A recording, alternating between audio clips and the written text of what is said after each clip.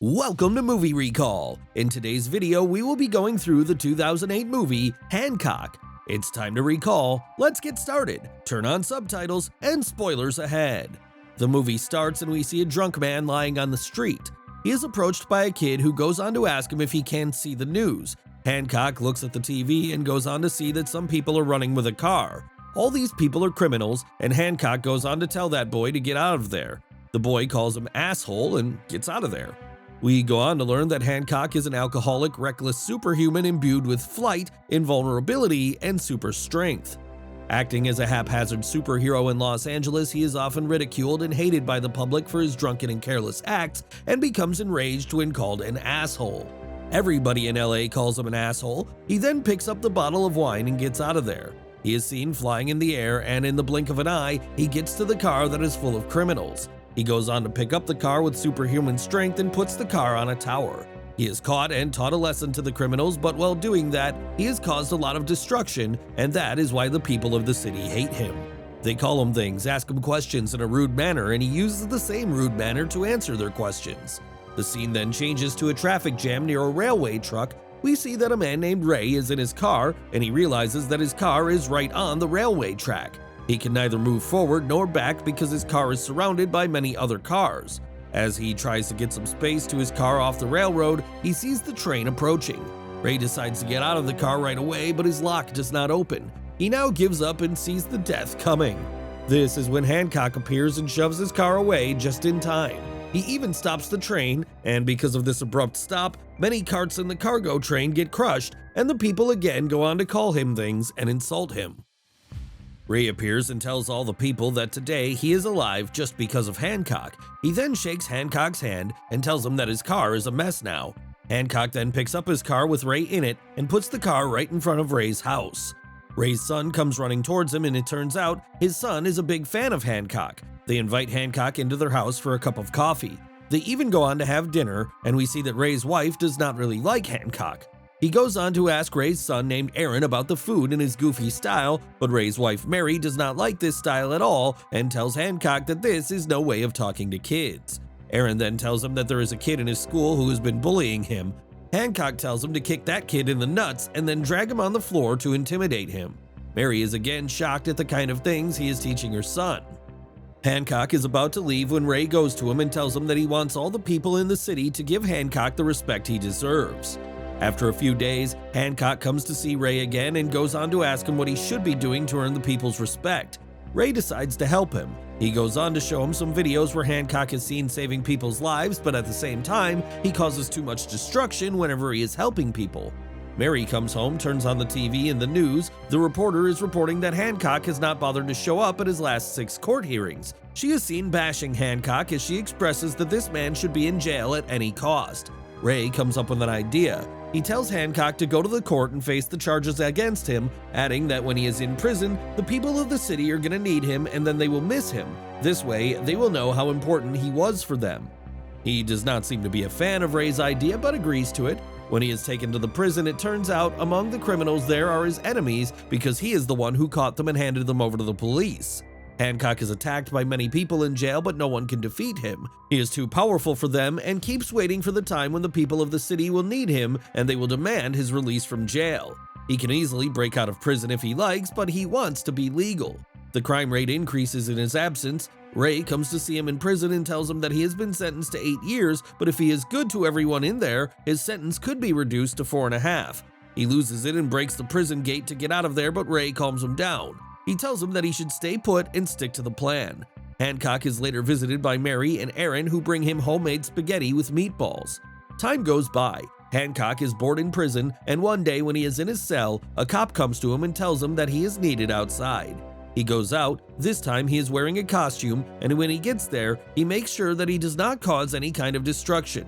Ray tells him that whenever he sees a police officer, he should say that you're doing a good job. He sees an officer and says, "You're doing a good job," and the officer says he knows he is doing a good job. He then goes on to save one of the female cops who is stuck. When he brings her back to all the other police officers, he starts saying, "You're doing a good job" to everyone. Then comes the time when he has to save the hostages. 4 people have taken many people hostage on gunpoint inside a building. Hancock eliminates the 4 terrorists one by one and saves the hostages without causing any destruction. When he comes out with the hostages, he again says to the leading officer, "You're doing a good job," but this time the officer goes on to say to him that he has done a great job. All the people in the city now start respecting him. He is applauded by hundreds of people gathered around the building. Hancock has dinner with Ray and Mary. Ray goes on to ask him if he has come from another planet. He says that he does not know anything about that and reveals that he is an amnesiac and immortal, having woken up in a hospital 80 years ago with no memory of his identity. He says that he remembers these 80 years but does not remember what happened to him before that. He says that he remembers that he was badly injured, but within 1 hour, all his wounds got healed without any treatment. He says that only 2 things were found in his pocket, a chewing gum and 2 movie tickets. He says that no one came to see him in the hospital. The doctors told him that he was stopping a mugging and was clubbed in the head. Ray tells Hancock that Mary is Aaron's stepmother and that his biological mother had died in childbirth. Carrying a drunk Ray home, Hancock kisses Mary, who kisses him back but then throws him through the wall, revealing that she also has superpowers. Hancock is shocked at this revelation, and Mary goes on to tell him that he should not speak of it to anyone, or Ray for that matter, and then gets out of there. The next day, when Ray wakes up, he sees that one of the walls of his house is broken and asks his wife about it. She tells him that Hancock sneezed last night and that caused this hole in the wall. Hancock shows up then and understands that there is definitely some kind of superpowers in Mary too. He then picks up a fork in the kitchen and tries to stab Mary on the shoulder, but the fork gets broken. He then picks up another thing from the kitchen and hits her on the head. It also breaks. He then goes on to pick up a pair of frying pans and is about to hit her with it, but she turns around. She asks him what on earth he is trying to do, and he tells her that he is trying to get to know her better. He says that he wants to talk to her about who she really is because he now knows that she is just like him. Mary says that she will talk to him, but it is only going to be once, and after that, he will leave her family for good. That day, Mary goes to see him in a secluded area in the evening. He goes on to ask her who they are, and Mary says that some people call them gods, some people call them angels, and some people call them superheroes. Hancock goes on to say that both of them are the same, but Mary says that they are not the same. She goes on to say that she is way more powerful than him. He asks her if there are others like them, and she tells him that there used to be many like them, but they have been finished off now. She says that they are the last 2 of their kind. Hancock then goes on to ask her what is the relationship between them, and she says that they are brother-sister. Hancock says that it is not possible because if she were his sister, nothing like last night would have happened between them. They would have not made out. He, however, knows she is lying. He asks her why on earth she is lying, and she does not say anything. He then tells her that he is going to tell everything to Ray and flies away. Mary flies after him. She goes on to catch him by the time they get to the city, and the 2 start fighting. Mary was right about being more powerful than him. She goes on to beat the crap out of him. Both of them cause a lot of destruction while fighting in the city, and the people look on in terror. As they fight, Ray also sees his flying just like Hancock.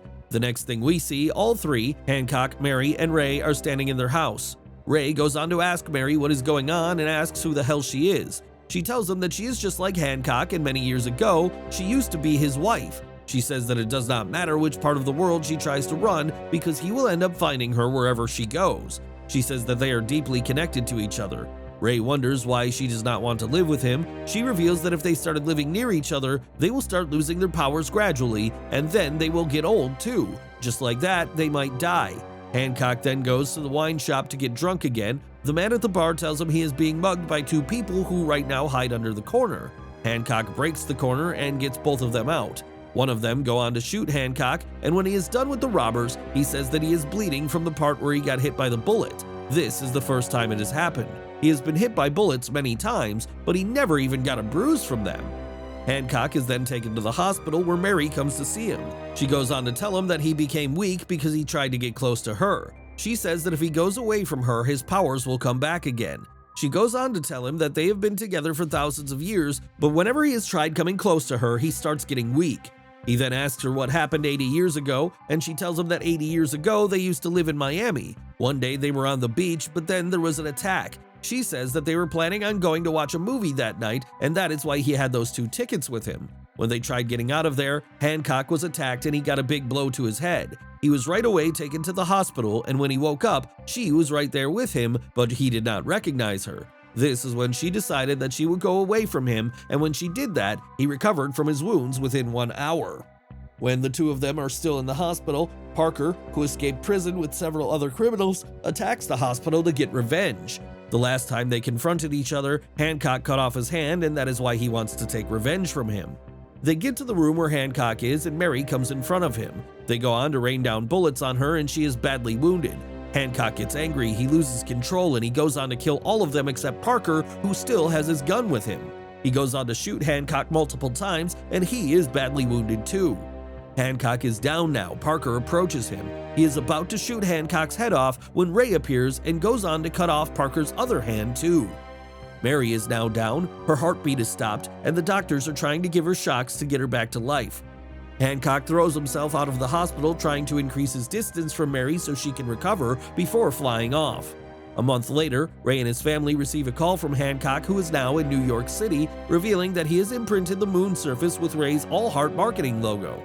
In a mid-credits sequence, Hancock confronts a criminal holding a weapon at gunpoint and demands that he help him escape from the police, while calling him an asshole in the process, much to Hancock's amusement, and with that, the movie comes to an end. Thanks for watching. Please like, subscribe, and click the bell icon to get new movie recaps.